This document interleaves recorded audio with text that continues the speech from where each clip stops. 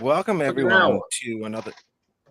Tell me about it. Welcome to another strange episode here on Isles Talk. Trade deadline primer, second annual here with our special guest Lyle Richardson of Specters Hockey. Lyle, how are you here, bud? I'm great. Thanks for having me back on, guys. It's our second anniversary show. There you go. It's a There wonderful we thing. go. That's what There we're we go. talking about For the here. trade deadline, it's becoming a thing. That's right. So I'm glad I had the and time. I tell you, I'm glad I had the time. It's been a hectic week, but yeah, I'm glad we were able to fit this in. yeah, we're glad that you're here. So we're going to dive into this as well. Also joining us tonight, uh, he's going to hate this, folks. Gary, Paul. armchair GMing this episode. How are you, Yeah. buddy? Just lovely. I bet Just you lovely. are. And also joining us finally this evening from very stormy New Jersey, Joe Panettiere. Joe, how are you, bud? Yeah, I know. See, believe me, believe it or not, you know what? Here we go. There we go. There we go. I muted him, Gary. How do you see? That's see, that's how it works. Everything's So- good here, Paul. Yep, stormy New Jersey is correct. Good. So, all right. So, listen here. I'm having a little difficulty here with the streaming on Facebook, and I don't. It says I'm live, but I don't know if it's actually working. I can tell you. You can see me? No, I can go look to see if I can get you. Okay. Give me a. There we go. Okay. Okay. Must be a delay of some kind. All right. Ladies and gentlemen, It's working, huh? It's working. No, no. it is working. Okay. Welcome to Isles Talk. Second annual trade deadline primer here with Lyle Richardson. Before we go into a deep dive, we're going to ask Lyle here real quick. First and foremost, Lyle, with the trade deadline, some years it's smoke, other times there's fire. In your honest opinion, give us the feel for this year. Is this just smoke? Is this clickbait for a lot of other websites? Or is there some real substance to this trade deadline coming into Friday? I believe it's fire. I mean, you are seeing smoke, but yeah, there's also fire. And I mean, you look no further than some of the recent trades that we've seen.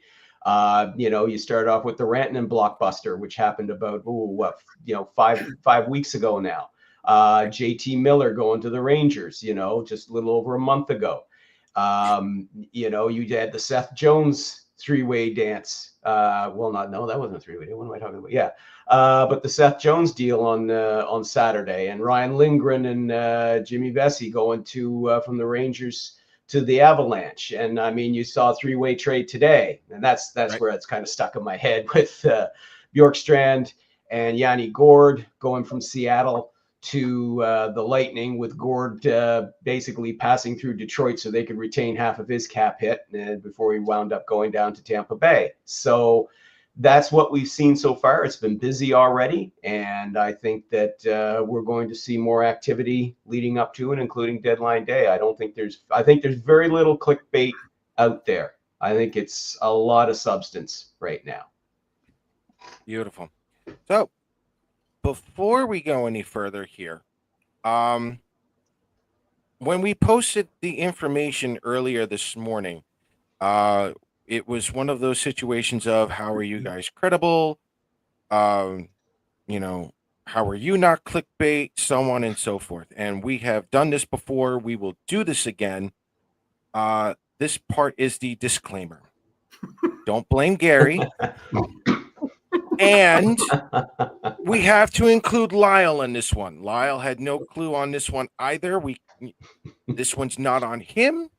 This one is not on Gary as well. No one here is getting into trouble except for Joe and myself, because that's how we like it.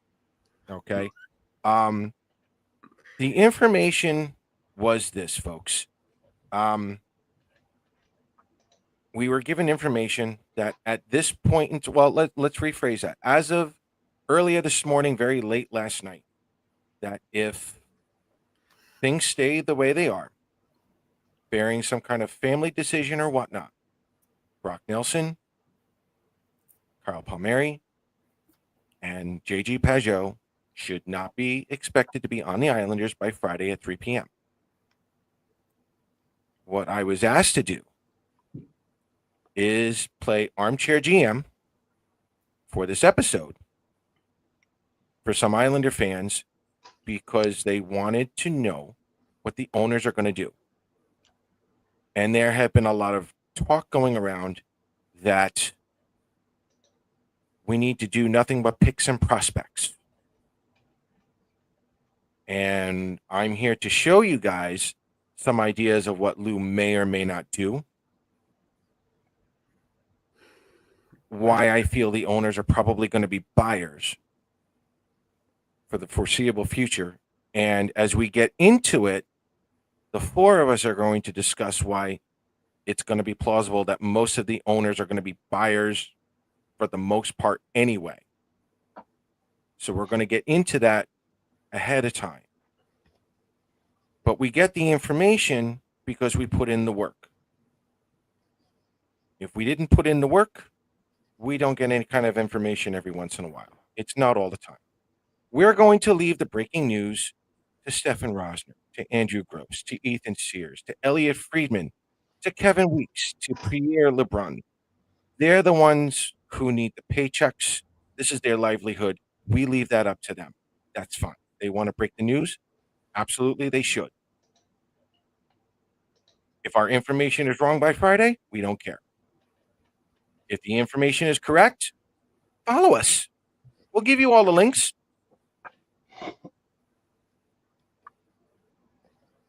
Having said that, welcome aboard. Join the conversation in the chat room. There are no song puns right now. Don't do that yet.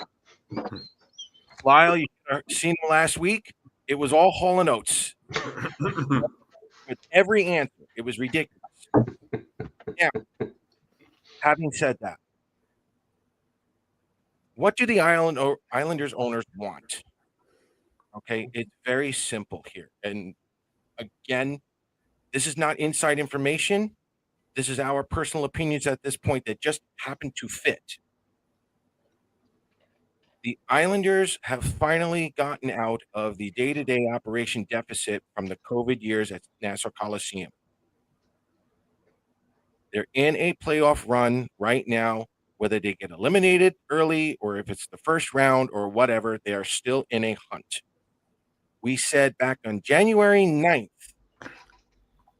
that if the Islanders do not make the playoffs, everyone's job is on the line. Gentlemen, I don't even think you know this. The Islanders rank number 28 out of 32. It's almost like the power play or penalty killing, depending on the year. They rank 32nd in total fans with 320. The Rangers have 1.4 million. The Ottawa Senators and the Columbus Blue Jackets, who have recently never won a cup, have more fans than the New York Islanders, who have won 4 cups and have been around for 50 years. The Islanders finally have a brand new arena. They have an area that their New York State is developing. But this is a $1 billion team. I cannot see. And also, here's another important thing. The Islanders have a new TV deal coming up in 5 years. If we are just going to see the Islanders go picks and prospects, you're going to have the Islanders stinking it up for a solid 3 years, maybe 4, before that TV deal. If the owners want to get a bigger TV deal, which we all know they probably do, so does everyone else, they have to stay at least competitive and make a push for the playoffs. So that way, hey, MSG, SNY, let's make a deal. Granted, some of you older Islander fans will remind me, and I already know this, James Dolan has helped out the Islanders quite a bit, especially with the TV contracts and everything else. He's helped out with UBS Arena, so on and so forth. But I'm going to bring this back to Lyle because Lyle brought up a good point before the show. Lyle, when it comes to the owners these days, these are billionaire owners. If they're close to the playoffs, they want to be buyers. They want to get in. They're not looking at rebuilding or even retooling, depending on how bad it is. Give us your thoughts on what the Islanders, not the Islanders, but just owners in general, if they're close to the playoffs, what's their mindset? I mean, it's going to depend, obviously, what they've got, the status of the team, what direction they think that they're going in. But sure. I would say that, the last 4 years, I mean, the Islanders have been running it back. And I think you guys can agree with that. But it's reached a point now where you've got some guys now who are in their mid-30s or heading that way. Best years are going to be behind them if they're not already. So, as you said, more than likely, they're going to be traded by the deadline. But they're not looking at a whole package. I can't see them looking at a whole package of draft picks and prospects. This is, in the case of the Islanders, they're not tearing this down to the studs and starting over, because you've got a solid core of players who are in their prime already. And I'm talking, of course, of Sorokin. I'm talking of Dobson. I'm talking of Barzal. Horvat's still in his prime. You got Romano on your defense as well. Okay, so you've got, yes, the gift we gave you from Montreal. Thank you. Yeah, that's okay. But you've got a solid core there of players, enter in their prime or in their prime. You do not want to throw that away. And the team, as you said, they're still in the hunt. But you're going to need to get something for some of the older assets that you have that are in the final year of their contracts, going to be UFAs, and don't have a long-term future with you.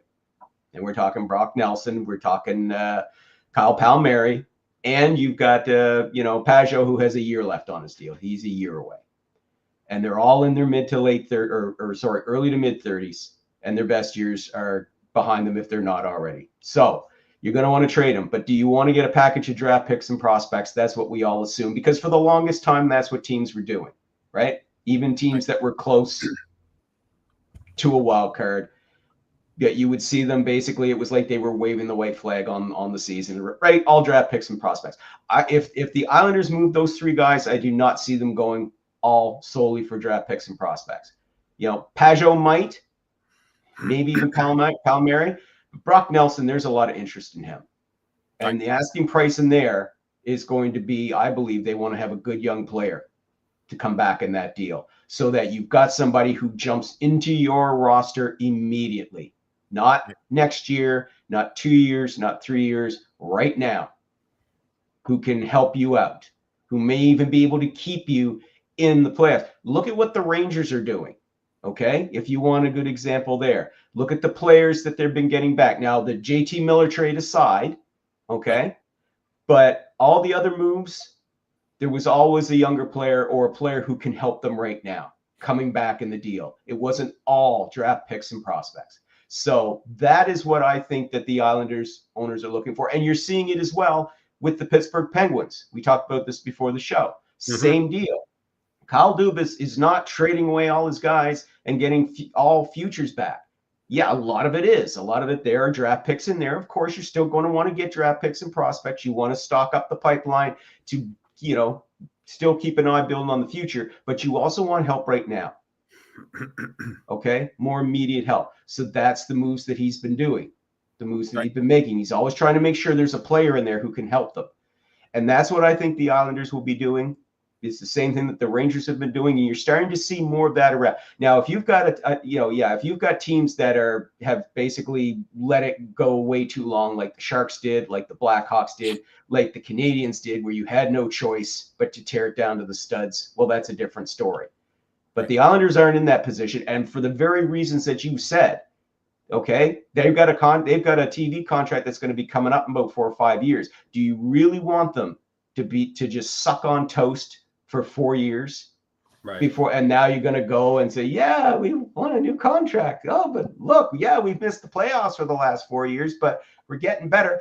And for those of you who are old enough to remember, I'm pretty sure you don't want to go through that agony of the late 90s again. I'm pretty sure you don't want to revisit that. So, Oh, hell. yeah. So if there's any significant changes that are going to come, I think look to the front office. I think that's where they're going to come.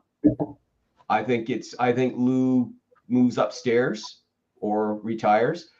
Mhm. If his son goes in there and takes over as full-time as GM, I would hope that he will have autonomy to do things his way and that he's properly prepared to do things his way, i.e. what the owners are going to want. But I think that's where the changes come. And in the meantime, yeah, try, because this is the trend you're starting to see. If a team is missing the playoffs, but they're still right in there, right in the race, they're trying to bring guys in. With the Penguins, is a little different because you've got Sidney Crosby with 2 more years in a contract, and they want to make sure that they try and get one more run with him in the playoffs with younger players there so they can learn basically at the feet of the master. So, that's what that situation is. But for your Islanders, where they are, as I said, you've got a decent, solid core of talent already in their prime. You don't rip it down to the studs. You try and bring in younger players who can fit into your roster right away and help you, so that maybe next year, now you guys aren't looking at trying to battle for a wild card berth or being a first round and out team, right? Like you've been for the last 3 years. 4 years, Mhm. 3 Yeah. years, something like that. Yeah. Listen, Tommy, do me a favor. Bring this topic up towards the end of the show during water cooler talk. Excuse me. I do have an answer for that later on about the Islanders finally getting involved in free agency. But move that down towards the show. But I'll be more than happy to answer those questions, like UFA wise, a little later on. Gentlemen, do you agree with Lyle here? Do you want to add anything to that? I mean, I think it's very simple. I mean, so many people are saying, on boards are saying and drop it down, and they just, they're just looking, unfortunately, blindsided without looking on either side and knowing the whole picture. And that's the situation. And I guess that's what's been, what Lou's been trying to do the last 2 years and couldn't do it because how he's going to be. He's not going to want to get fleeced on anything, and he'll just stand pat. And I think that's what the fear of a lot of people probably watching this show right now is, that, Lou does his typical stand pat situation. But, deep down, you got to look at every little piece of this. It's not just, improving your team now, as Lyle said. You got to look at it, that you're competitive in a couple of years. And again, that TV deal becomes more important now than people think about it. They realize, oh, well, the deal was 5 years. Yeah. But if we're playing crappy in the 27-28 season, that deal's not going to be worth as much. So it can actually be almost a like a tangent effect, like, how a tangent curve goes all the way up. The better they do, that number is going to increase, and it's going to make things better for the team and the organization as a whole. Joe. Well, putting the team aside, Okay. look at ownership with everything being built up around the team. Okay, you got the hotel coming, redoing the racetrack, building up the whole area. They want to have this team competitive. You fill the seats, that brings in the money. Your team's a loser, empty seats. Okay, now you brought up an interesting stat before. I don't remember what it was, but we were talking about how all these teams like Carolina, Tampa Bay, Washington, how they all stay competitive because of their farm teams. Now, I forgot what the stat was. You said I'm going to get into it. Yeah. Yeah. That's a very interesting stat. I never even knew that, but that was fantastic. Yeah.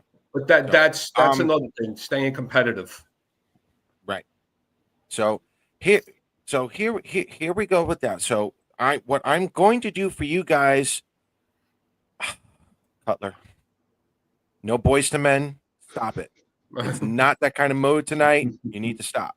Having said that, what I've done for you guys, is that I've been able to paint a very amateur picture of this trade deadline for the Islanders. Do I know what Lou is going to do? Absolutely not. Let's get that out of the way. However, you're not going to find anyone else crazier or more stupid of a decision to play armchair GM than myself, because I've been following the draft now for God knows how long. For those of you who have been following the show, Joe just left the building. I know he left. That was a perfect moment. He didn't even plan that. That was even better. What I'm going to do for you guys tonight is that I'm going to actually show you the struggle of why Lou wants to keep some of these players. I understand to a point why. Forget the loyalty here for a moment.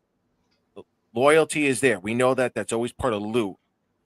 But the players involved from certain teams, I asked the crowd, all of the followers, give me one or two teams that you want to see a player traded to. Like, so for example, a lot of people wanted Brock to Minnesota. A lot of people wanted Brock to Winnipeg, Palmieri to New Jersey, Pageau going to Ottawa or Dallas or Colorado. I did that for you guys tonight. Okay. And what I've discovered, and this was quite the lesson for me, a lot of teams trade their first round picks, whether for the future or the ones they've already drafted. Quite a few. So Lou, in all honesty, has been following that trend of trading first round picks to win now. And it's something we have always talked about at that State of the Isles Union address here before I do the draft. A lot of NHL teams are just trading away their draft picks. The other problem that I'm seeing from these other teams is that there may not be a lot in their own cupboard because they're already making that run for the playoffs. There may not be enough for Lou to be like, short term, I may want to keep Brock. Short term, I may want to keep Palmieri. So there's an understanding now because I did all the research for you guys. So I'm going to go into the player real quick, the destination, and what we might be able to get. Now, this is going to be me being a cutthroat amateur GM, but I'm going to try to get as much value for Brock as I can, and I'm going to try to show you guys the difficulty for Lou and this NHL trade deadline. So let's start with JG Pageau first. I had a lot of you go for the Ottawa Senators. The Ottawa Senators, they think it's a natural, it's a natural pick here. The problem I have with giving Pageau to the Ottawa Senators is that Ottawa is still in that wild card spot or competing with the Islanders for that wild card spot. So I'm not sure if I would trade Pageau to the Ottawa Senators. But at best, I'm looking at a 2026 third round pick, Ridley Grieg, and I would take an Adam Gaudette, one of that combination. And the reason why I say Adam Gaudette is because, yes, he is JG Pageau on that fourth line, but he has a better shot. He's a player who can win now, and he does have a history of Bo Horvat with the Vancouver Canucks. He lit it up. That's not saying much from Ottawa right off the bat. Ottawa may actually win that deal. So I don't know if Lou would go in that direction. JG Pageau to Boston. We don't know if Boston is going to be a seller or not. We don't know what Boston's going to do. Unless, Lyle, you have any input on that? They are a seller. They're sellers. The trade of Trent Frederick yesterday to Edmonton, They seller. Seller. Okay, good. So we're going to eliminate Pageau going to Boston. the Dallas Stars. I can tell you right now, folks, Jim Nill hates trading his prospects. He hates trading his draft picks. Can't stand it, which is why I want to go to Dallas. At least one particular player. But we'll get back to him in a minute. JG Pageau. People have asked me, going to the Dallas Stars, a 2026 third-round pick for me. Emil Henning, the right winger from last year's draft, and or a Brett Gardner. Now, Emil Henning for me, he's kind of sort of a Simon Holmstrom.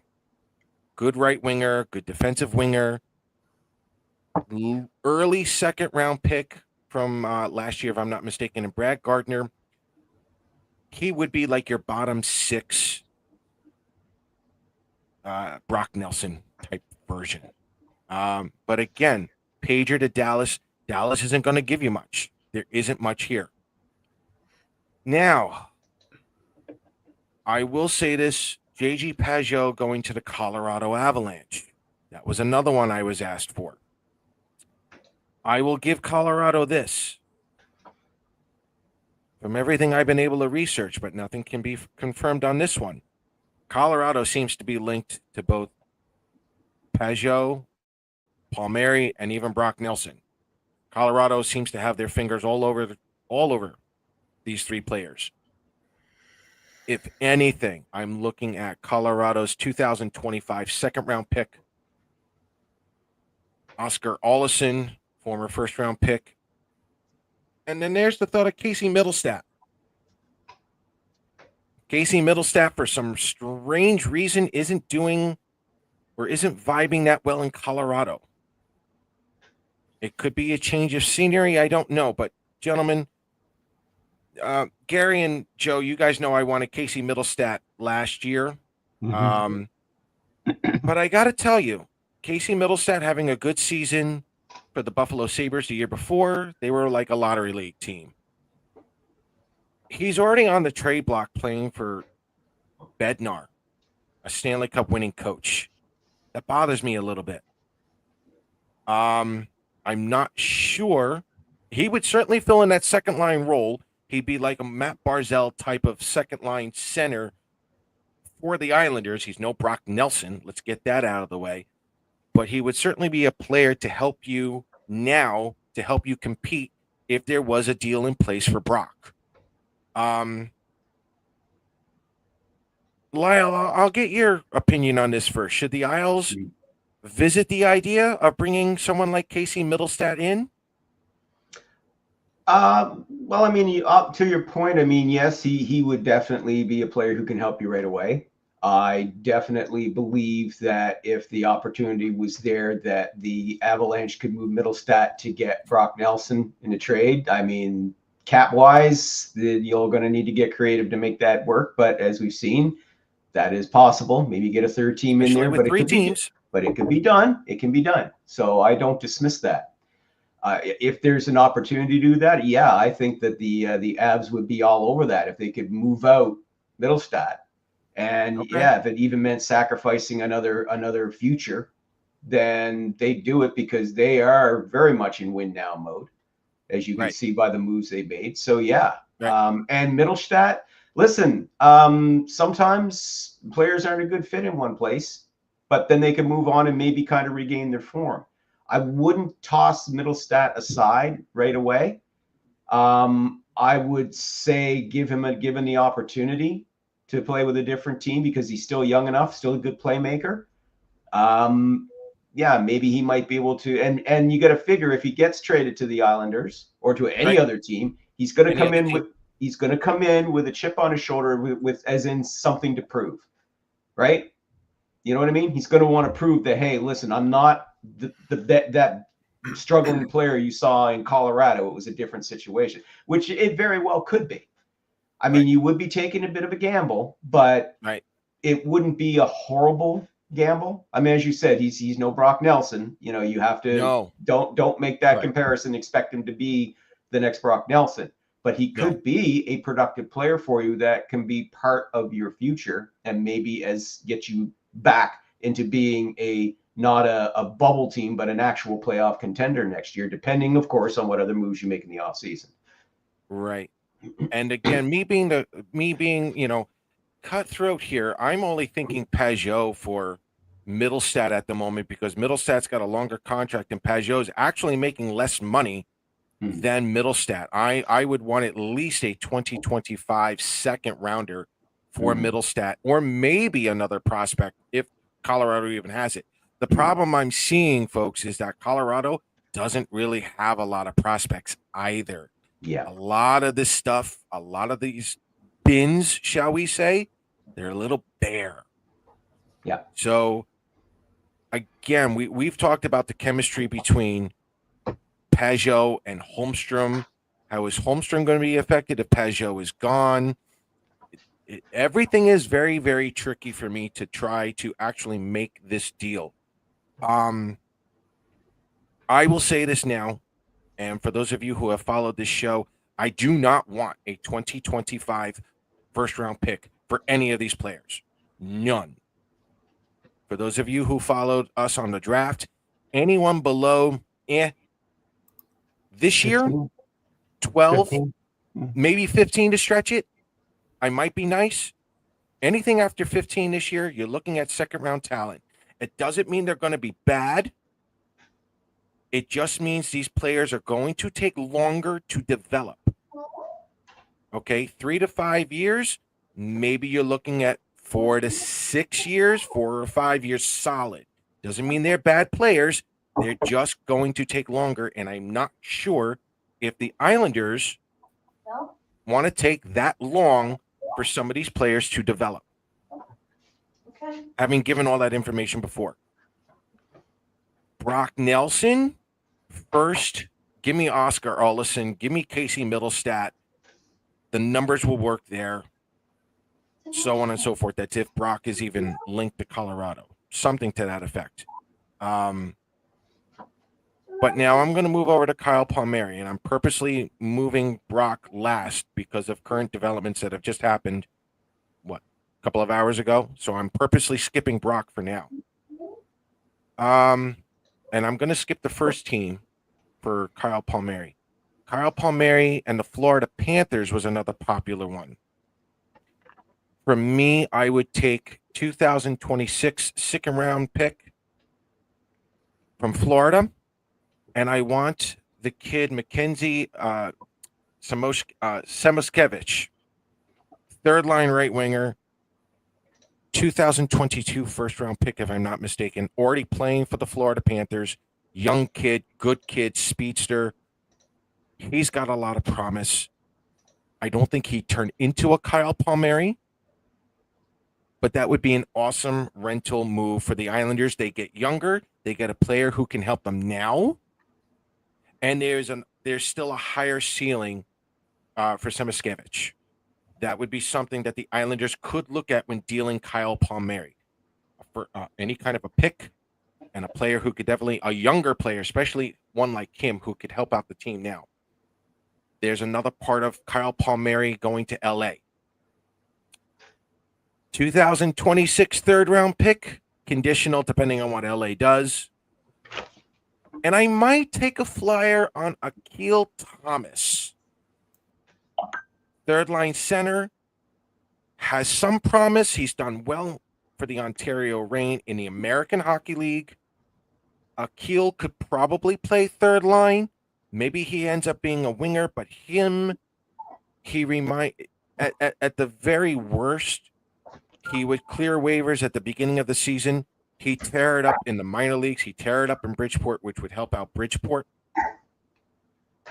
And then you can go and bring him up again if you needed him. He would be an excellent depth player for the Islanders. That's another route the Islanders could go LA with. But then here's my favorite one for Kyle Palmieri. New Jersey aside for the moment. The Vegas Golden Knights. Okay. I'm going to go. I want Akira Schmid, the goaltender. And the reason why I want Akira Schmid is because he's better than Jakub Skarek. Mm-hmm. That's it. That's the only reason. He's better than he's better than Jakub Skarek. You cannot play Ilya Sorokin for the rest of the season like this. You can't have him play every game. Akira Schmid at least has playoff experience. Give him the motivation to play. Maybe he comes in. The second player, and some of you, I've mentioned this before, I want Alexander Holtz. Yes. I want Alexander Holtz, the former first-round pick from the New Jersey Devils. This is a New Jersey Devils theme trade here. Palmieri for Schmid and Alexander Holtz. You're still getting a young player who can play in the NHL now. Throw him up there with Bo Horvat, see what he can do. There's nothing wrong with that. But if Vegas wants Palmieri, I want former first-round picks. I want players who can help them now. Gentlemen, I'm not gonna lie. I don't think Vegas has any more draft picks. I think you got to look to like 2032 for like any reasonable draft picks now for Vegas. Honestly, it certainly seems like that. Yes. Yeah. Like, I just can't. No. They are a team that just see draft picks and prospects as just bargaining tools to get themselves help right away. Right. And you may be starting to see other teams, just as an aside, I didn't want to derail your thought there, Paul, but you may be starting to see other teams are starting to kind of buy into that idea too. They're like, look, it works for the Golden Knights. They're competitive every damn year. So, right. Yeah. Absolutely. Anyway, continue. No, that's fine.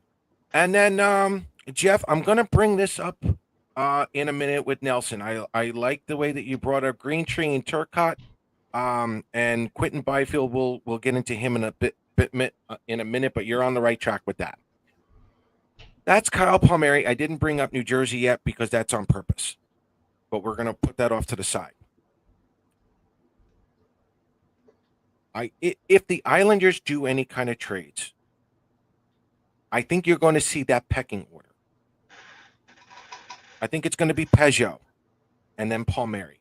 And I honestly think Brock Nelson is going to be the last player traded out of these three forwards. This is a very tough decision to make for everyone involved. We love Brock Nelson. I personally wouldn't mind seeing him resign. Let's just get that out of the way. Short term, I still think he would be a benefit for the Islanders. Let's just get that out of the way now. What we're all hoping for, and again, we've been through this, we don't want to see Brock Nelson turn into Andrew Ladd. Older player, signs a longer-term deal, and all of a sudden you're only getting 10 to 15 goals a year out of Brock. We're all nervous about that. But Brock is a low-maintenance player. He might be able to get you 2 years, maybe 3. That might be optimistic on my part. We all overvalue our players. We know that. So I understand the need to trade Brock Nelson now. Hogbar coming back soon. I don't think so, Tommy. He was supposed to be back already. So it's because of that uncertainty. Get me a goaltender now just to help him out. He's better than Scar. Go along with that. Okay. Brock Nelson for me. If Lou decides to trade him, I was given 5 teams. Real quick, the LA Kings. To Jeff's point, I would want Liam Greentree, the 2026 first-round pick, maybe Brant Clark, the right-handed defenseman, because if the Islanders grant themselves another right-handed defenseman, the Islanders could make a move to trade 1 or 2 other defensemen that they currently have and make a bigger splash. You're giving Lou a little more options for this trade deadline. Do I see it happening? They're in LA soon. Who knows? Would it be awkward to play Brock 3 games after he just got traded? No doubt. I don't know if it's going to happen, but again, LA to me, if we make that trade with LA, I think short term we would lose that trade. Long term, maybe. I like Brant Clark. Liam Greentree has a lot of promise. But again, I'm not feeling that. It's just, and again, I might be overvaluing Brock. I'm not sure yet. And this is why I never want to be a general manager during this show ever again. I hate doing this. Can't stand doing this. Absolutely hate doing this. The Florida Panthers, I'm not going to lie to you guys. The 2027 first round pick, Semiskevich again. I really wanted Sam Bennett with Bo Horvat. I'm sorry, Sam Bennett again, but he's re-signing with Florida from all indications that I've gotten so far. There's no one on Florida that they're going to give up that's going to equal to Brock or help Lou out even this year. I would have preferred Spencer Knight. Give me Spencer Knight. That would have worked. Yeah, right. But again, Florida's cupboard is actually bare. Jeff, I'm sorry. Quentin Byfield, to my knowledge, I don't think he's getting traded yet, especially with LA making that run. Might happen at the draft, but a decent choice, but that would be probably more at the draft.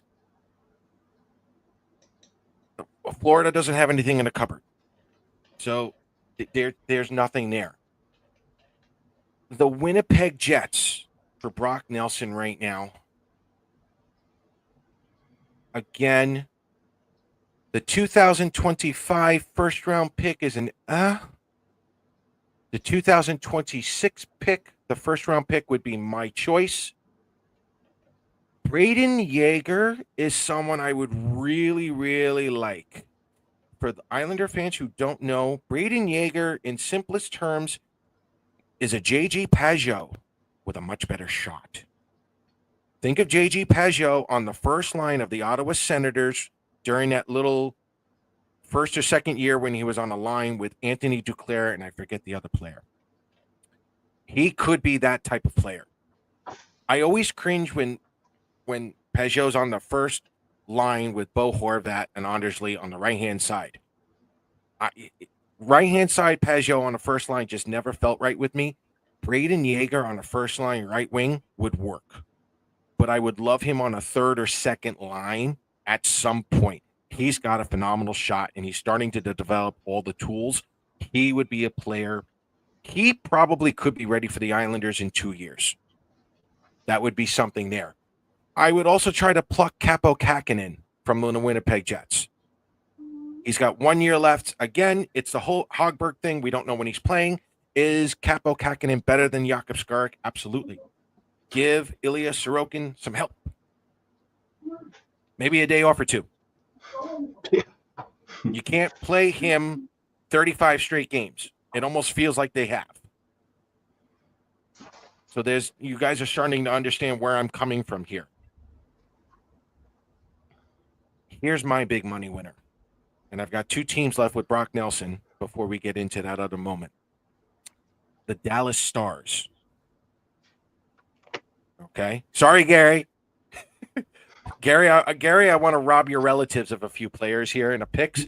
And again, that's fine. Do it. Yeah.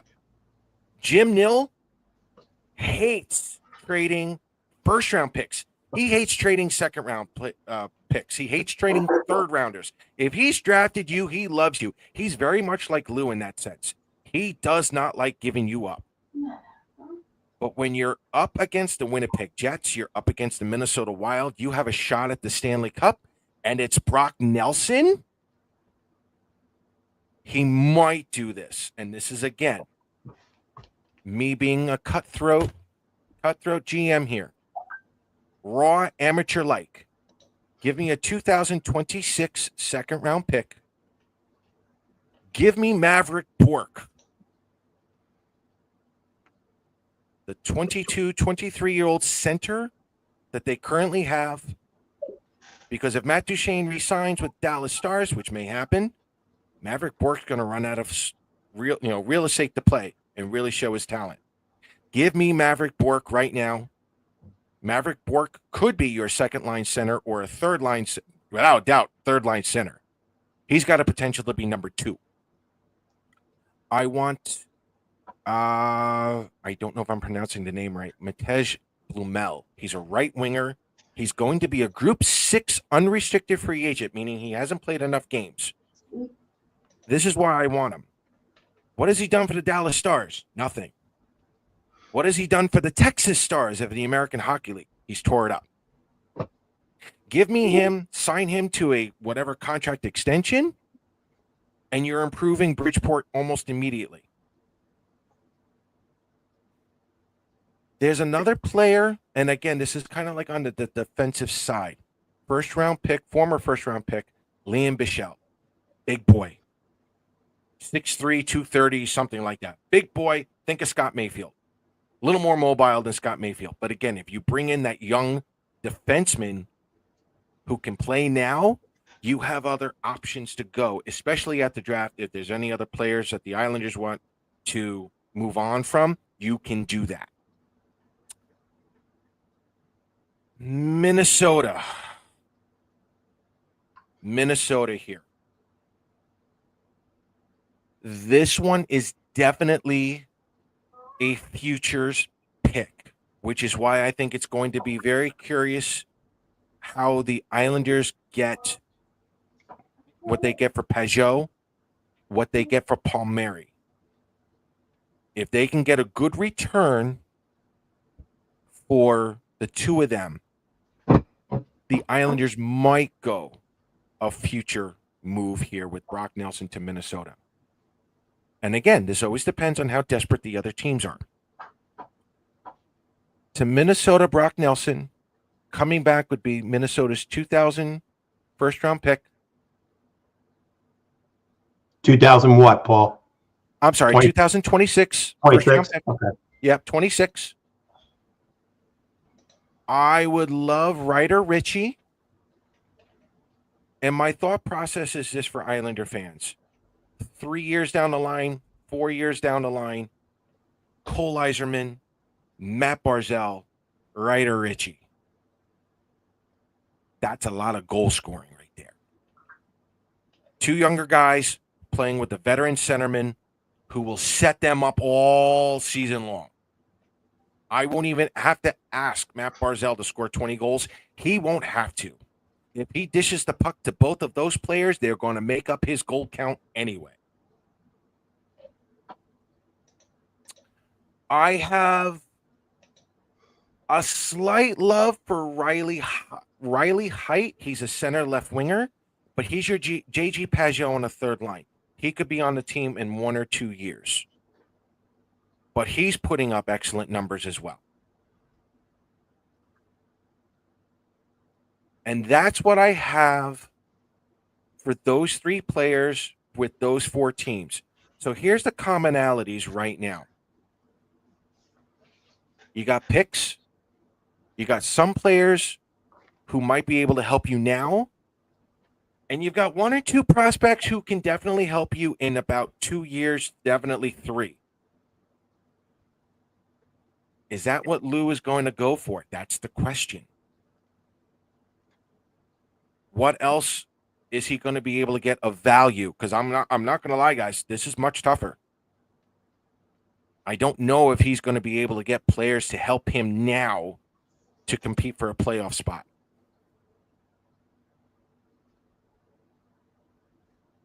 Let's just stick with Nelson for a moment. Gary, give me your thoughts. Out of the teams that I've talked about, Minnesota, Winnipeg, Dallas, LA, after I said each of those players and the brief description, what team would you like to work with here in trading Brock Nelson? You know, we talked on the side about this, and you know, I'll just tell it straight out. I was, you know, kind of thinking Minnesota, Winnipeg for the obvious reasons of locality, right. You know, going home, if you will. I leaned more towards Winnipeg because obviously Ward, where he's from, is only 2 hours from Winnipeg as opposed to from Minneapolis. So yes, that would be, you know, looking at it from his standpoint, that would be the sexy pick, you know, but you know, I just didn't think about Dallas in that aspect for him and realizing what kind of a battle they're going to have come the middle of April, not just Minnesota and you know, and that, but Minnesota and Winnipeg and Colorado too. So you've got, you know, 4 teams that are going to kill each other, you know, come playoff time. And, you know, I like what you explained that would be coming our way from Dallas. It's making me lean a little that way. Right. Again, like I said, my family loyalty to the Stars. But yeah, I think that would be the best move, judging by what, originally I had Winnipeg on my mind, but I like that Dallas move. I Okay. think it's going to help a little bit faster. Lyle, after what we've gone through, and I know, and I will say this now, and I'm going to beef up Spector's hockey here for a moment. What I love about Spector's hockey is that he takes different articles, and he critiques it with his own opinion, and he's usually spot on. I've been reading his work for years now. I absolutely love it. But Lyle, I want to give you your chance here after listening to what some of the players that I've been able to describe, at least for Brock Nelson for right now. Is there a team that you would, what really made sense for you in trading Brock Nelson to? Well, I mean, I think we can all agree it's not going to be easy. Obviously, I mean, as you said, this is not not easy, and this is all just armchair GM stuff here. Yes. But I mean, I would have to agree. I think leaning toward Dallas. Winnipeg as well, though, is another one I think would be, and not just as you said, just because it's close to home and all that. The ideal one would be Minnesota. I think he would accept a trade in Minnesota in a heartbeat. I know he's got a 16-team no trade, but you got to figure that Minnesota is definitely on his list of preferred destinations, probably tops the list. But of course, the Wild don't have the cap space to pull it off. No matter how creative they get, unless they're willing to shed some significant salary. But I would go, I'm thinking Western Conference, and of the teams you mentioned, probably Dallas or Winnipeg would probably be the better fit. You can for Lou, right? For Lou, for what you're talking about, based on that. Now, again, of course, as we all must forewarn, this is, as you said, your armchair GM speculating what you would like to see come back, and I'm sure you've gone through everything. You obviously have done your homework. You've gone through to see, okay, if a deal is possible, could we get this back? Would this be the best return for the Islanders? Right. We are not saying that these are going to happen, but absolutely not. Yeah. If that's what the deal you were going to do, and if this the is other the picture teams that Islander fans are facing, yes. Exactly. Yeah. Then I would agree. Dallas or Winnipeg, I think, would be probably the best fits if you're talking about Brock Nelson. Yeah. Okay. So now I was waiting for Joe to come back, but Joe had some internet issues. He's still working with AOL. So he may not come back for the rest of the night. So we're going to move on from this one here. I purposely damn dial-up. He's got dial-up. Yeah, he's back from 1995. He's still got that little computer icon, and it's going through there. I did not do this last team on purpose because of what's happened lately. The New Jersey Devils. Okay, the New Jersey Devils have lost Jack Hughes for the season after with shoulder surgery. I was asked to do something in the form of Brock Nelson and Kyle Palmieri going to the Devils. My honest response to that was, I have no clue. However, being old school, I don't like helping my division rival get further in a Stanley Cup. However, give me Simon Nemec. Give me any 2026, 27 first round pick. Give me Nico Dawes just to replace Jakob Skarg. Anyone see a theme here? Okay. Give me Dawson Mercer. Give me a little cutthroat here. How bad does New Jersey need to make the playoffs? Okay. And I would only trade Brock Nelson and Kyle Palmieri to the New Jersey Devils unless I had a handshake agreement from the both of them that they would be coming back next season. What? Let me go to Brock and Kyle right now. Listen, guys, go have fun. Go make a run. Not good luck, but go have fun. handshake. Let us go take a couple of prospects. Help us out. We'll re-sign you next season. That's from me. That's the only way I'm giving Brock and Kyle Palmieri up to New Jersey. That Gary, your thoughts? I agree. I think that's a hell of a sticking yourself on that chair. Yeah. Yeah. Look, how bad do the owners need to make to the playoffs in Jersey? They've done it, what, 2 times in 10 years? Yeah. And now I think Dougie Hamilton is out as well. Hmm. What's the mandate Oh, for New really? I Jersey didn't now? realize that. Wow. I Yeah, think don't know how Dougie long. Hamilton Don't know is how out. long he's out for, but he left the game last night, lower Oh, body. did he? injury. Wow. Yeah. So we no word that's yet on huge. how long he'll be out. We that's all been overshadowed by the Jack Hughes news. So Yeah. the huge Jack Hughes. So Yeah, if it stops the Rangers from getting higher, do it. Hey, why not? There's the Dougie is week rivalry. to week. There you Okay, go. yeah. Okay. Well, Okay, there so you go. look, yeah. Do Kyle and Brock have to go anywhere? No. Am I going to take as much as I can from the Devils? Absolutely. Mm. Mm. Does it give me a chance to re-sign Brock and Kyle? Yeah, Mhm. sure.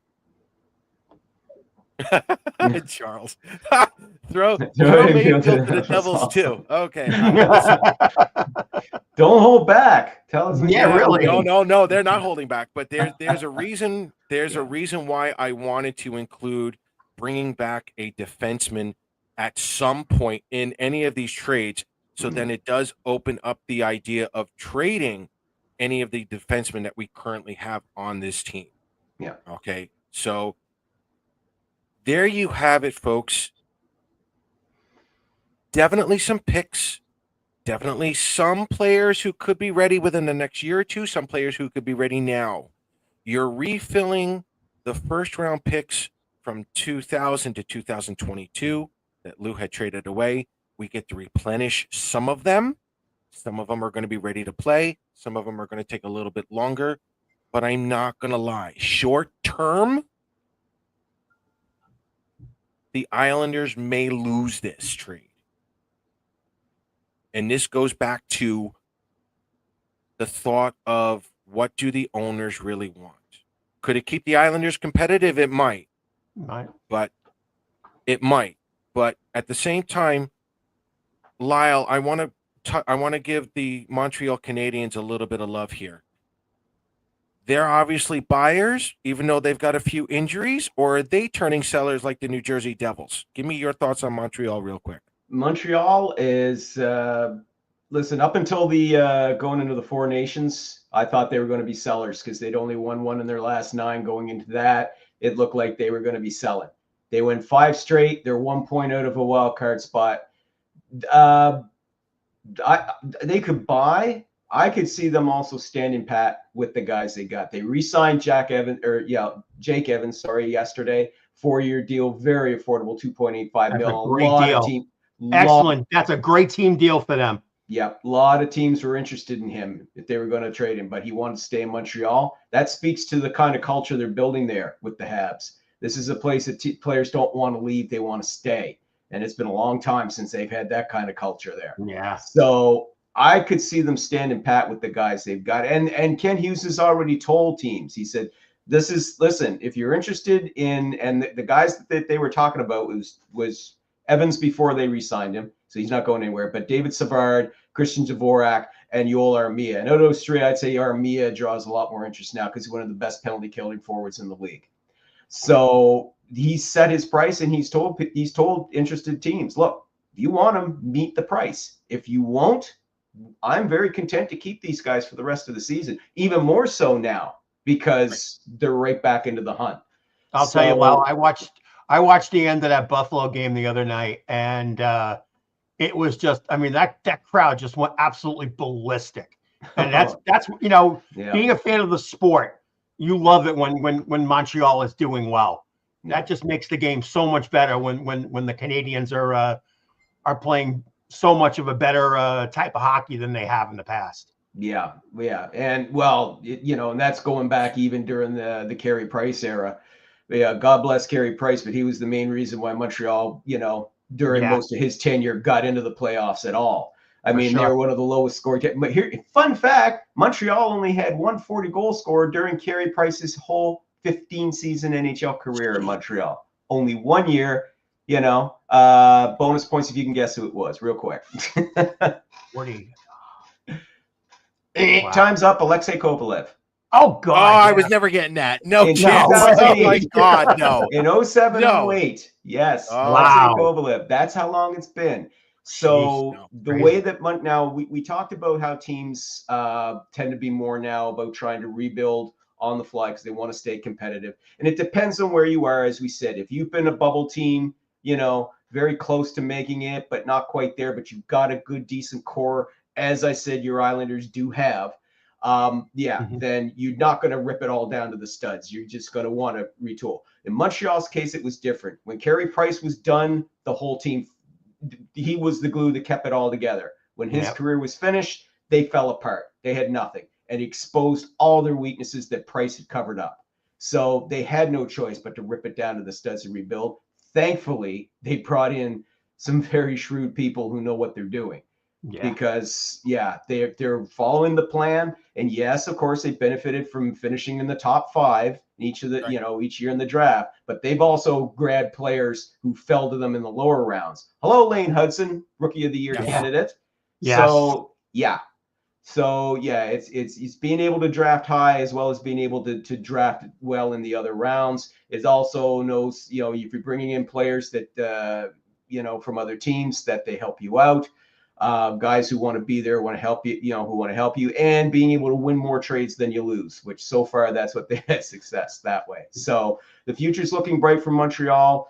They might be able to pull off an upset here in the play, to make at least make a wild card this season. But if they don't, they achieved at least their goal of playing competitive games right down to the final weeks of the season. That was what they wanted to achieve. And it looks like they're going to make it. And we're just happy because as Canadians fans, we are just happy to see the progress. It's starting to come. So, and next season we get Demidov. So that's right. Look out. Because if that kid is as good as he's been looking in the KHL, oh boy.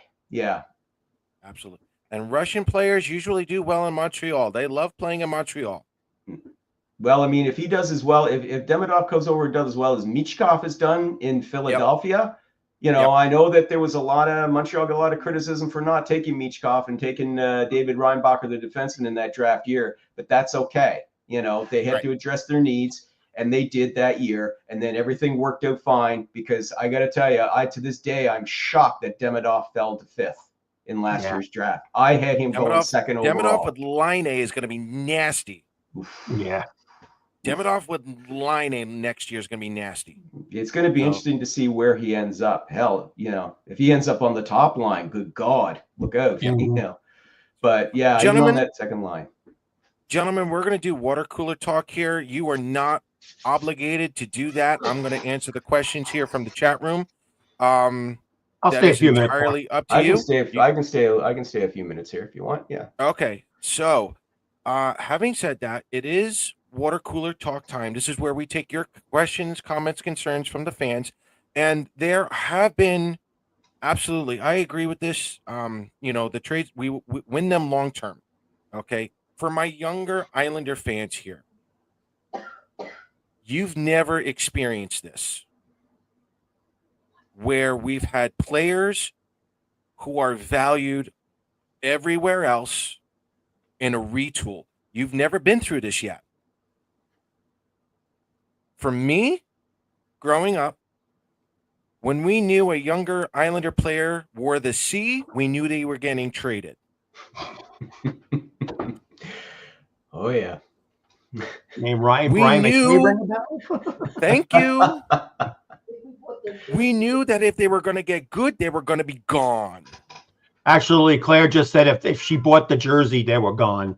That's her fault too. That's fine. You jinxed them. For all of you Dynasty fans, you were too late in trading them. You all had that moment. To my younger Islander fans, enjoy this. Because if this is done correctly, Brock will always be back. As a veteran, he'll come back. He loves the Islanders. You know, when he's done retiring, Brock will be back.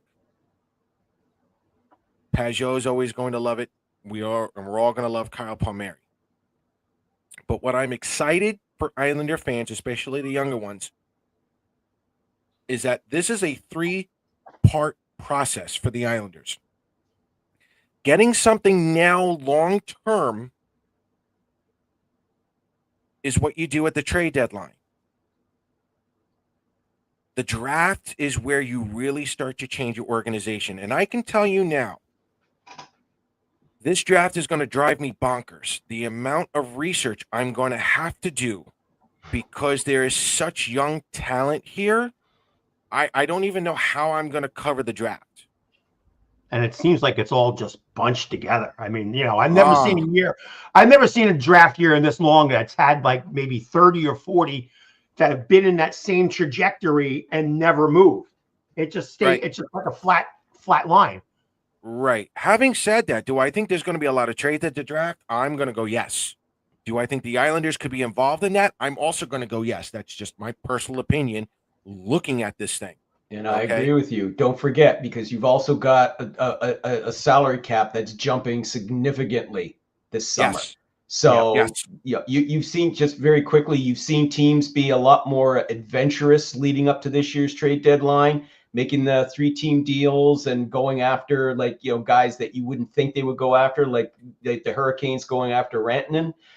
Yeah, watch and see what happens around the draft this year. I will be shocked if we don't see, you know, 2 or 3 really big blockbuster moves that we would have not normally seen in recent years because of a tightened salary cap. Right. So, the third part of this Islanders, and this is every team. It's not just the Islanders, it's the NHL, but for my younger Islander fans, it's the free agency. And Tommy brought this up before. The Islanders, even if my little armchair GM trades come to fruition, you're still looking at roughly $23 million in cap space for the Islanders to play with before the draft and before free agency. Folks, that's never happened. Mm-hmm. It's never happened. Islander fans, you are actually going to be a part of free agency. I'm nervous, I'm terrified, and I'm curious for all of us. The last big free agent was what? Miro Shatan, Billy Guerin, John Sim, Mike Comrie. Oh, we're going into the Wayback Machine here now. Like, Good come Lord. on here. Oh yeah, but you're not wrong. You're not wrong. And Matt Molson. Molson. Okay, he turned out to be a low risk, high reward. But we're going up against the big boys now. This is where the Islanders owners need to continue to spend. They're already showing you that they have been spending.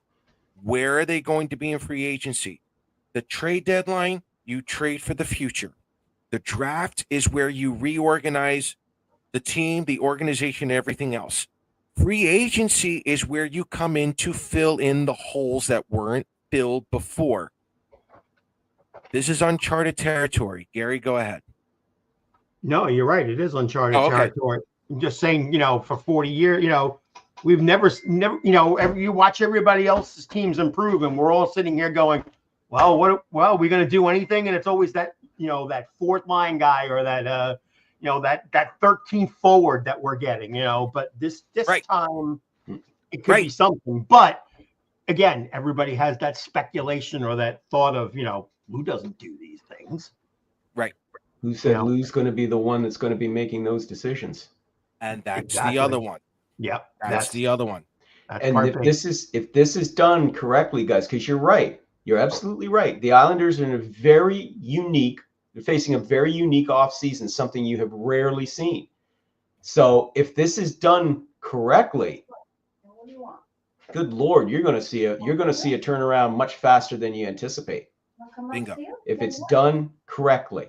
Right. You're going to have the cap space. You're going to have the opportunity. You're going to have the opportunity to make trades. You're going to have the opportunity to do some signings and not, as you said, just basically picking up scraps off the free agent pile after everybody else has picked through it. No, you got a chance to get some real talent that's going to be able to help you going forward. So it's just a question of who's going to be sitting in the GM chair making those decisions, because they're going to be very crucial ones for your team for the next 5 years, at least the next 5 years. Absolutely. All right. So, question here from Cutler: does a playoff team trade for Cizikas? I'm gonna go along with this, with the information that Joe and I received back in January. With everyone's job is on the line if they miss the playoffs. If that is the mindset heading into this trade deadline, anything is possible. Could it be Cizikas? Yes. Can we confirm it's Cizikas? No. The only information we were given so far was Nelson, Pageau, and Palmieri. And again, could this information change between now and Friday? Absolutely. Could Cizikas be traded? No doubt. Just takes one phone call. It takes one phone call. It takes the right call. trade. Could the Islanders be used as a third team trade partner to take on money for picks?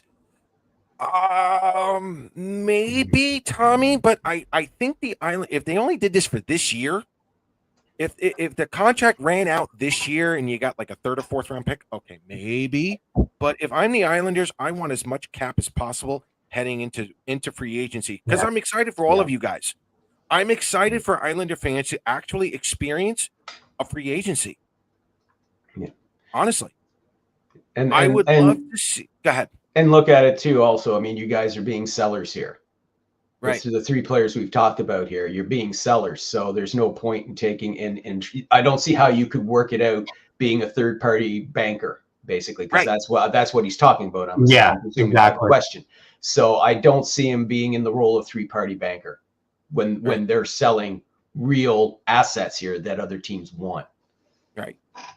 Good one, Brush. Fedotenko. I forgot about him, but that's well played. Andy Sutton. Yeah, see, you guys are bringing up all of them. Brian Strait and whatnot. Marty Reasoner. Right. Marty Reasoner. Okay, yeah, we're going down here. Look, I like Tom Pody. Don't do that. Oh my Lord! Listen, guys, I'm gonna have to book out here. There's been a couple of trades here while we've been talking. They're both involved the Penguins. One of them's real small, and that's Desjardins being traded away, but that was to make room because they made a bigger move. Michael Bunting going to Nashville for Luke Schenn and Tommy Novak. Wow. Nice. And I think Schenn is going to be flipped because it doesn't make any sense for them to keep Luke Schenn. So yeah, I think that Luke Schenn's going to be flipped somewhere else. But that's. I think there was a rumor of the Schenn brothers getting together.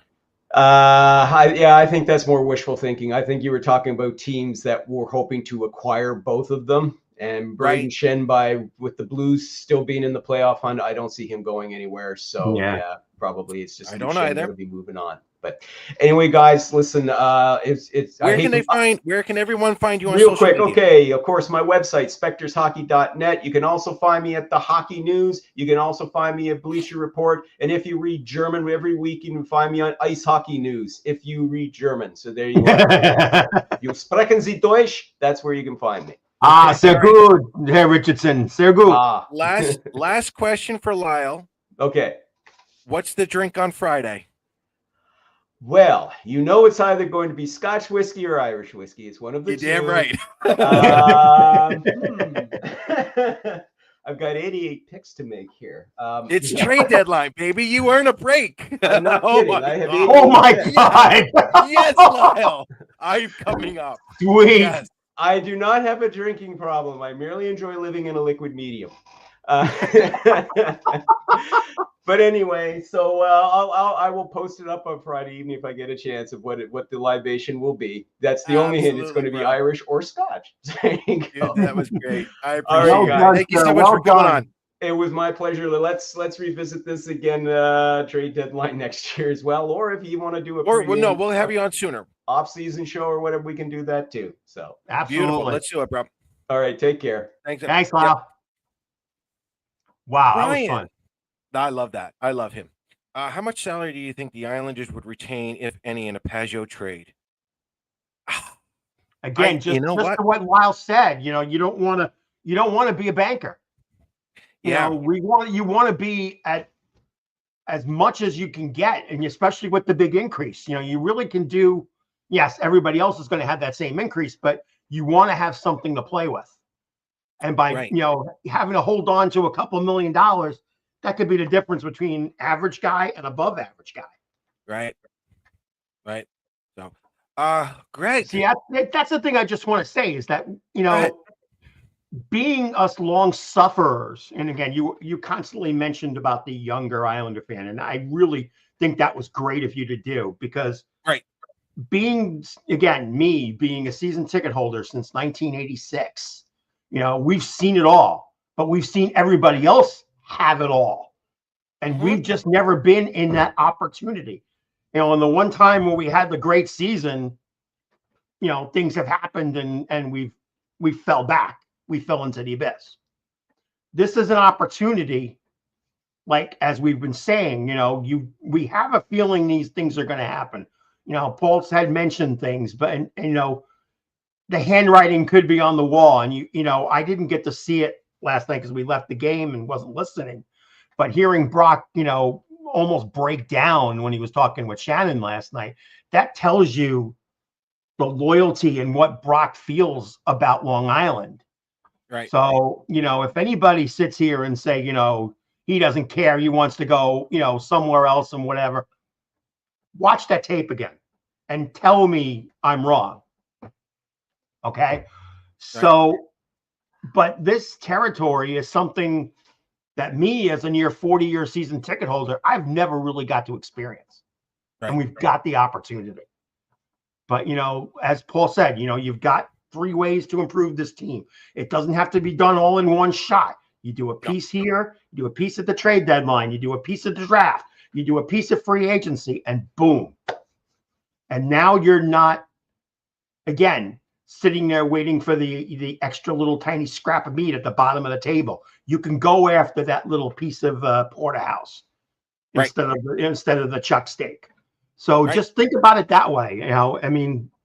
And for anybody that says that, Lou is just sitting in his office and doing nothing, then you know nothing about the game of hockey, and you don't know about the business of hockey. And we don't either.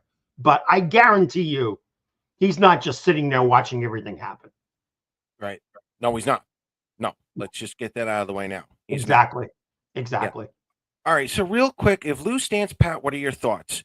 I'm not going to lie, Greg, with the information that we received back in January and pretty much right now, if Lou stands pat, I'm going to annoy all of you, and that's being nice because I may have younger viewers right now.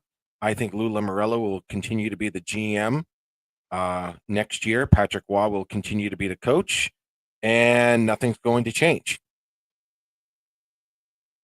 I don't know how you guys feel about that. Growing up an Islanders fan, are we really shocked to hear something like that? No. Will you be mad and upset? Absolutely. I can't see Lou standing pat. I mean, I can, especially with Brock. But with the information we were given before, everyone's job is on the line. We're still holding to that. I can't see Lou standing pat. Could he be a buyer? Somehow,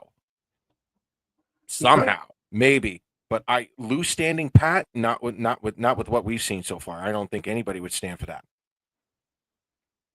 Did the Islanders fly out to San Jose today? Tommy, you and I have a favorite Islander fan that you and I are both friends with who loves to stalk the Islanders. I believe that answer is yes. Go ask him. He'll have that answer for you. Yeah, to my knowledge, they have, but I'm not sure.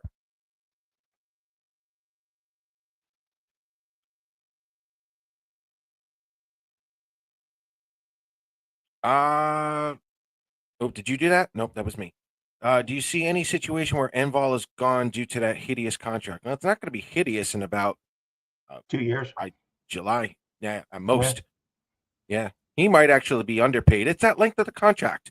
But again, for Islander fans who are not familiar with the CBA, that CBA needs to be ratified and done and completed. And then the question is, with the amount of cap going up, will teams be allowed to shed a couple of contracts that will not go against the cap? That's going to be the question for me. It's happened at almost every CBA. Yeah, at least one, sometimes two. But yeah, Right. definitely one. Right.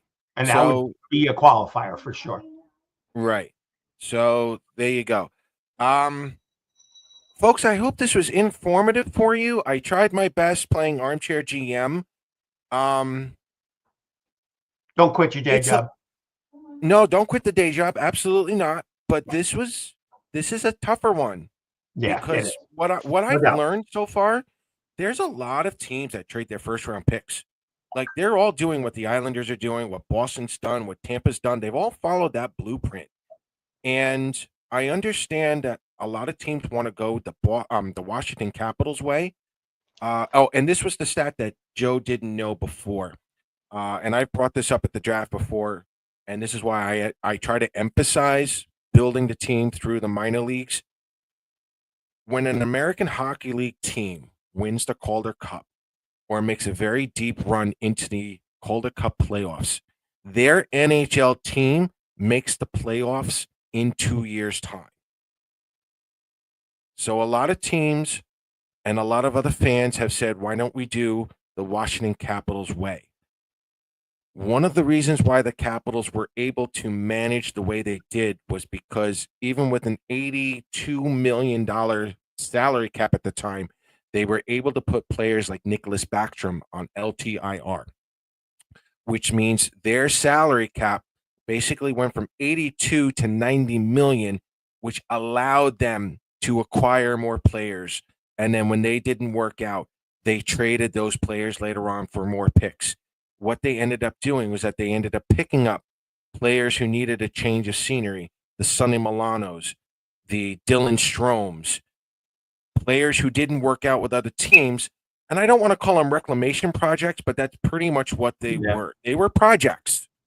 And it happened to work out for the Washington Capitals the way it did, because then it prevented them from bringing up their kids playing in the minors, and now everyone's ready to roll.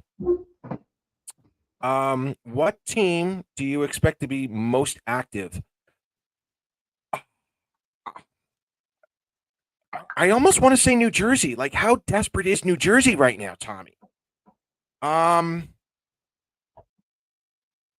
I'd have to say every team in the Central. There's no clear winner right now coming out of the Central. That's a great question. I think they're all buzzing.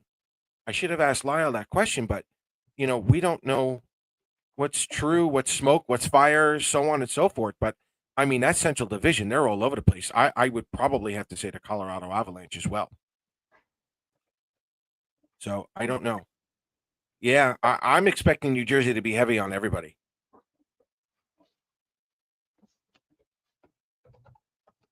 What do you mean shouldn't have gone so short? We're doing an hour and a half here. So, alrighty. Having said that, ladies and gentlemen, if you haven't already, please follow Isles Talk on X at Isles Talk. Please like us and follow us on Facebook and hit that like and subscribe button on YouTube. The numbers have been improving. All the data stuff has been phenomenal. It's been working better. And I got to tell you, the conversations we have here during Water Cooler Talk have been outstanding. So even if you want to come and talk hockey, Islanders hockey, come in, join us. Your opinions are always valued. We're not here to trash we're not here to trash you guys. It's hockey talk. We'll trash Randy, but that's a different story. Yeah, and we definitely respect opinions, and we can agree to disagree. You don't have to believe what Paul says or what I say or whatever. You know what? We value your opinions, and we'll have a respectful conversation. No doubt. And where these, a lot these of other conversations places are will absolutely not phenomenal. do that, and they act differently. No, we respect you guys. Do you see the Isles buying at the deadline? Maybe. I at this point it's Lou. Yeah, I don't put anything away. If so, what player, what team? Ah, That's hard. yeah, I didn't even get into that research. I'm not going to lie to you, Greg, and everyone else here. I don't do armchair GMing. It for me, it's a waste of time. Yeah. I like to be surprised a little bit. I like to see what's happening, and I like to talk about it after everything is done. And you know what happens a lot of times in these trade deadlines? You get one deal that is just all wacky or crazy, or some team taking a big chance. Right. And it's like a stock. When somebody takes a buy on something, then everybody else starts jumping in. Right. So you think you might only have 2 or 3 big trades, but then some wacky trade happens, and then you get 10. So, Right. that's why it's so hard to predict what's going to happen on Friday. But to Right. me, I always think the most important day for a trade is the day before. So Yep. tomorrow is the day that, to me, always seems to have the trade that makes the biggest impact is usually the day before. Right. So, And listen, with Brock Nelson being as high hit as he is on the trade board, everyone's waiting for Brock. Everyone's waiting for Lou to make a decision on Brock. And you know what? It might happen at 2:59 Friday. I have a feeling that you picked it last when you talked about the 3. You went with Pageau, then you went with Palmieri, then you went with Brock. I think Brock is going to be the last one, and it's going to happen right before the deadline if something happens. Right. Prove me wrong. Sure. So according to Stefan, the owners have trust in Lou. We are so screwed. Listen, as far as I'm concerned, from here on out, follow Stefan, follow Andrew Gross, Ethan Sears, Elliot Friedman. Yeah, the guys who are getting paid for all of this, those are the guys you're going to go to for the breaking news. We were only given the information tonight to do this show to help the fans understand where the Islanders are, trying to paint a picture for you guys for what could be a long or short-term success, but maybe in another year or two, depending on what we have. And this is absolutely true. Yanni Gourde just drove up Brock's asking price. And this is why it was so difficult to even try to describe this to you guys, because there may not be enough value coming back for Brock. Minnesota may not have Marco Rossi would be a blessing. I didn't mention him. No. I didn't mention him because Minnesota's going for it. Would they actually give up? And the one thing you still have to understand is that the Islanders are still talking to Brock. It's not like they've just cut off conversation and said, that's it, we're going to make a move, or they're still talking about the possibility of extending them. So, we can discuss this until, our eyeballs get all watery, but it could still happen that comes Saturday night when they're playing the San Jose Sharks, that number 29 is still in our lineup, maybe even with a new contract in his hands. We don't know. We can speculate all we want, but, these are what we think. Let's just compare it and see out next Wednesday night how Mr. Armchair Quarterback did. Yeah, believe me, if I'm anywhere near this, I'll be shocked. But we'll go from there. But folks, listen, I'm looking at the numbers here tonight. We're over 1,100 people. Thank you. Yes, this has been great. We hope this was informative for you guys. I hope I was able to paint somewhat of a picture heading into trade deadline. Again, we're not here to break news. That's not our job. But when we're given information, we try to put in the work for everyone else, so that way we are getting information again. That's And what again, we for try to those of you do that here. are new listening to us, I think we take, me starting this site years ago and bringing Paul in and, having Joe on and all this, we really take pride in what we do. Paul and Joe really bust their tails with the information they get and stuff like that. And again, they treat me as I am. I mean, I'm the one that's at the games at UBS, Paul and Joe live far away and don't get to come, but they've got their ears on things, and they basically tell that information and allow me to get involved and bring opinions. But we, like I said, we really take pride in the fact that we respect the Islander fan, whether you think our way or not. We respect, you guys, and we hope that in the future, that Wednesday nights at 8, you can always stop by on X or on YouTube or whatever, but definitely like us, subscribe to us, make us a part of your hockey podcasting life. We really appreciate it. We don't get anything from this. We do this for the love of our team and you guys. So, And I also want to stress this, guys. The information Joe and I get, I do not purposely put on Isles Talk, the website itself. We're not looking for the clickbait. That's not us. It's literally the information. We give it out to you and we talk about it. We don't make any money off of this at all. We are allowed to we give pay. out information. Right. Yeah, we do. actually pay to put the site out. So yeah, we do pay just for this site. understand that. Yeah. We're this is not a clickbait site. So this is it. We have been presented with information over the years. It is credible. The only thing that we've been asked to do is talk about it with you guys when we do the show. And as long as we are, quote, on the right track, we will continue to get the information. And that's when we can talk about it with you guys. So for now, Kyle Palmieri, JG Pageau, and Brock Nelson. Anybody else? We don't know. Can anything change between now and Friday? Absolutely. Go to your Islanders beat writers, go to TSN, go to Sportsnet. They are going to figure it out all for you before we do. That's not what we're here to do. We're not here to take anybody else's job, but it's one of those situations where, honestly, I'm crazy and stupid enough to cover the draft all the time that I'm able to come up with a show like this to show you guys what Lou is facing heading into the draft. I'm sorry, heading into by the way, deadline. folks, Paul does have a life. So don't I think do.